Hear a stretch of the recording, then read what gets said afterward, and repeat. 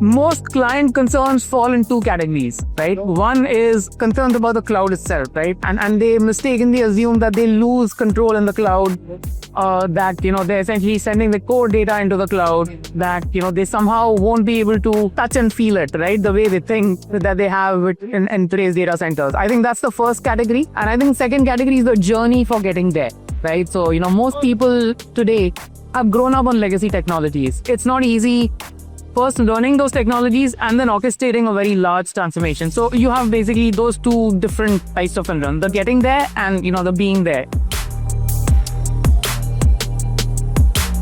We've developed specific strategies to take the pain away, right? The first pain that most banks used to have is working with two systems, right? And that was expensive. We've taken that away because ours, you just pay for what you use, right? You don't pay for the whole thing. You just pay for what you use. Second, we sort of develop automated scripts, which will basically ensure that what you're migrating is exactly what you wanted to migrate. So if you wanted to migrate 800,000 accounts, it'll ensure that all 800,000 accounts are there. You don't have to count them, basically, right? So things like these, right? We developed automated scripts with these clients the confidence that we know how to do it. We've developed small capsules so that you don't have to do like 10 million accounts at once. They can do it 100,000 accounts at once.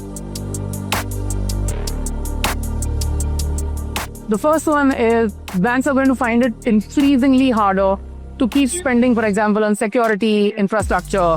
That isn't what they were meant to do. Banks were meant to create nice new products and serve customers' needs, right? So that is basically something that they're going to have to think about.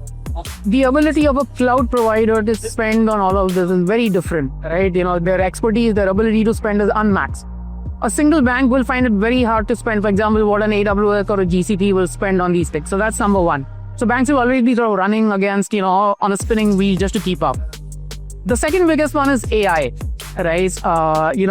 Banks will increasingly look to sort of agents to do all of the work that they do manually.